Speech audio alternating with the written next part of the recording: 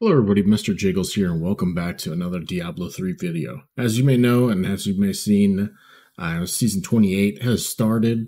It's on, and it's actually Monday, so we're waiting for the new challengers to come around. Do not spend or open the challenge rift once you complete the challenge rift activity. Do not open it. You need it in the progression of the new mechanic for Season 28. With that being said, there is the revamped Demon Hunter Natalya set. It now works, and they changed it so it would be less spin to winny, even though you can still do spin to win and strafe with Spike Trap and Caltrops. It is kind of clunky, kind of difficult to kind of get into, and I think it probably could be a little better, a little stronger, but I mean, it is what it is right now. So I'm going to go through my current build, my skills, and show you a little bit of gameplay on like a GR100 and how you're supposed to play this whole set. So what I did is basically have your 6-piece Natalya set. I have Ring of Royal Granger in the cube. I have Treadwell's Coils in the cube and Cannon Bolter in the cube. Now, there's a lot of flexibility with this set and how you can play. You can play different ways and make this a little more challenging. What I am doing, I'm using the full Guardians set to give me a little damage boost, a little more damage reduction. As you can see from Vitality, you're going to get some, your main stat, basically, and it doubles your main stat. So you're going to get some missile damage reduction, melee damage reduction, and you're going to get double main stat. Additionally, I have a guilds full of guilds with the Ring of Royal Granger. So I'm going to get some damage increased, damage reduction, and damage reduction from elites and increase in elites. So that's good because you're going to be in the center of things. This isn't completely optimal, so don't really care about this. This is more of a stat piece because I have crit chance, crit damage, and dexterity on it. You can do whatever you want in this case. I'm using a convention of the elements, and when I said earlier you can do whatever you want, you could use Traveler's Pledge. You can use the Endless Walk set here, which is going to give you more damage when you're standing still.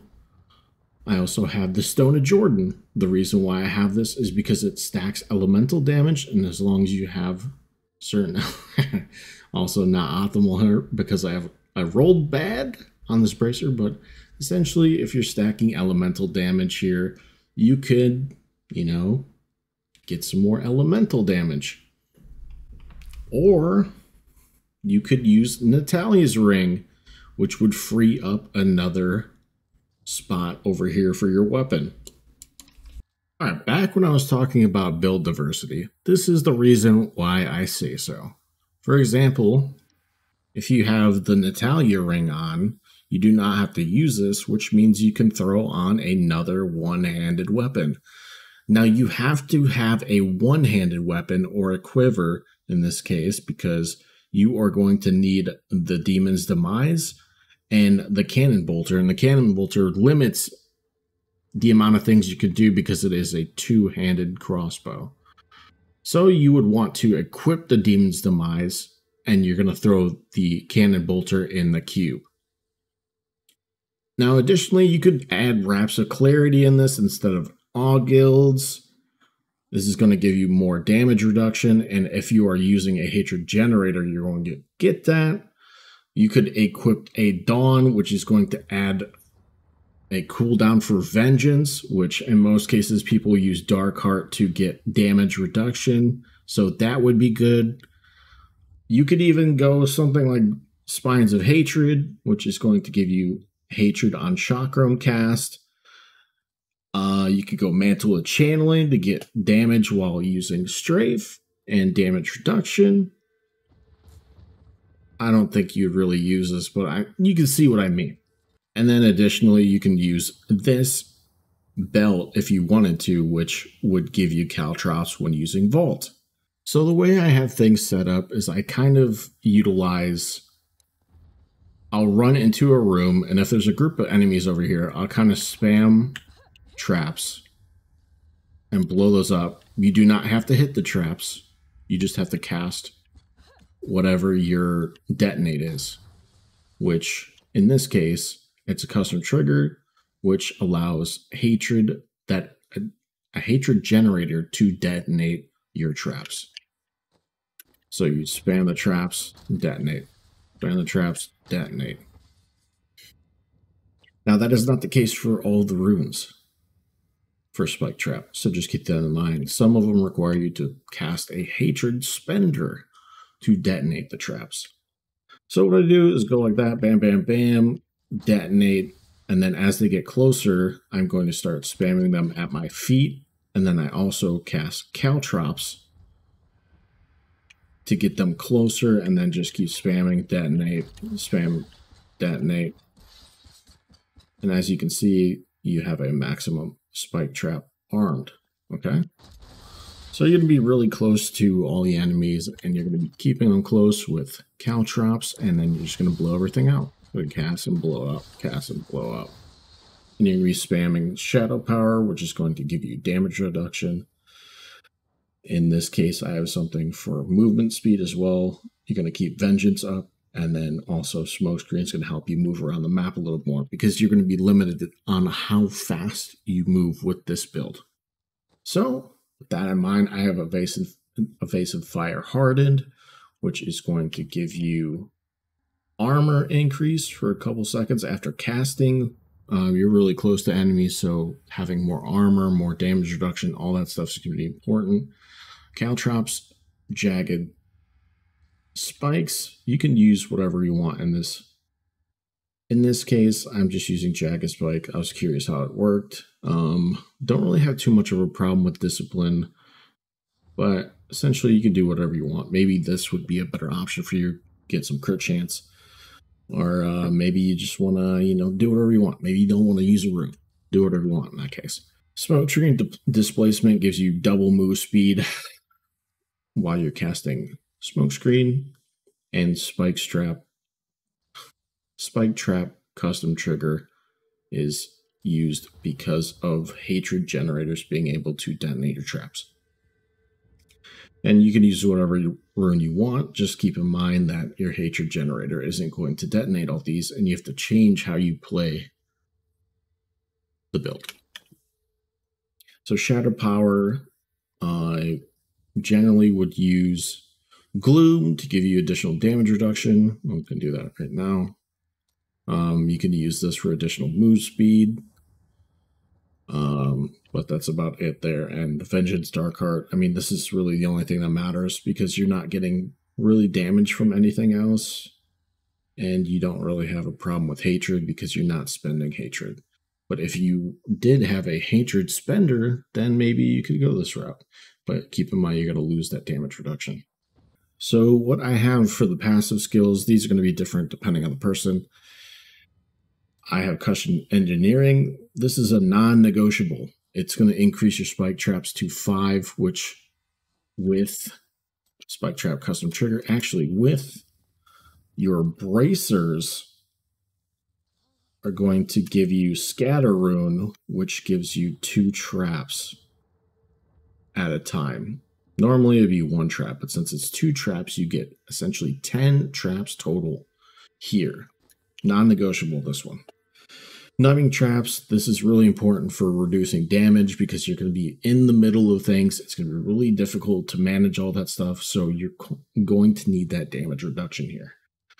Archery, this gives you basically 10% crit hit chance. I mean, you can go whatever way you want in this part. Maybe you want to go more survivability, anything like that. And then finally, Ambush, which gives you 40% increased damage to enemies above 75% health. You could go Awareness here if you were dying a lot and you want to, reduce that. There's a lot of different options. Maybe you go Brooding because you're standing still, so you're getting that life regen and all of that stuff. So as far as gems goes, Bane of the Trapped I think is going to be a key piece. I went Bane the Powerful here. It gives you damage reduction versus elites and increases your damage overall. And this one is going to be replaced soon. I just don't have anything for it. I'm probably going to put Gogok here. Gogok of Swiftness, give me some increased attack speed, dodge, and then cooldown reduction as well. But like I said, there's a lot of variety. If you wanted to add this to give you some healing whenever you're casting your primary skill, you can go that route. Or if you're using Strafe, you can go Teguk, which is going to give you damage and armor. I've seen people use this, which gives you increased damage and enemies deal less damage. And Bane of Stricken, which is going to stack more damage on your boss and then damage overall from your attacks. So the set, essentially, Spike Trap deals, the 2-piece Spike Trap deals 100% damage to enemies affected by caltrops. Spike Trap now instantly refreshes charges on use, no longer costs resources, and each detonation restores 2 discipline. So you're not going to have any discipline issues from this, and you're not going to have any resource issues from Spike Trap. This is the reason why you utilize caltrops in this part, because it gives you additional damage from Spike Trap. So the 4-piece Spike Trap explosions will blast affected enemies toward the nearest set caltrops. Laying a Spike Trap grants 75% damage reduction. Duration of this bonus is always equal to the number of already laid traps in seconds. So you're gonna want those Spike Traps to be up, because it's gonna give you that damage reduction. And then finally, a 6-piece set, Spike Trap deals 10,000% increased damage, and each consecutive explosion from the detonated chain reaction will deal 25% more damage than the previous blast. So it's kind of like a Bane of the Stricken in its own right. Alright, with all that stuff put aside, let's go and test out how this is going to work. I'm going to go do it on a higher level. I've been doing, like, I just got onto 104. I just did a 104, so let's do like 100, just for example. All right. So you go in, find enemies, boom, boom, boom, lay traps, caltrops, and then blow them up. Boom, boom, boom, lay traps, then keep vengeance up, because you're going to be taking a lot of damage. Caltrops, boom. Spike trap, caltrops, boom. Spike trap, caltrops, boom. And then you're going to get stuck sometimes.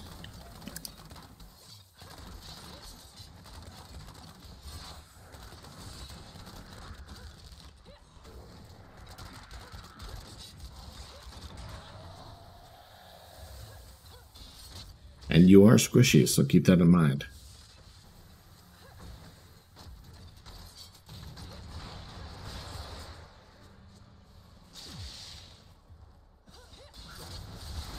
On the boss, and then you just stack your traps and blow them up. Stack your traps, blow them up. Stack your traps, blow them up. Boom. So we did 100 in about 4 minutes. So there you are. Quick little demonstration of how everything works, and you can see how everything works together. Now keep in mind, I do have another build that I'm using. I'm using Gears of Dreadlands on Switch, and of course I'm missing some pieces because I got some better upgrades, so don't worry about that.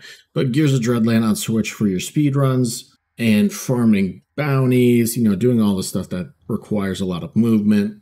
That's what I'm using right now for all of that. But for pushing, I've been trying to push with Natalyas, and yeah, that's basically what it is.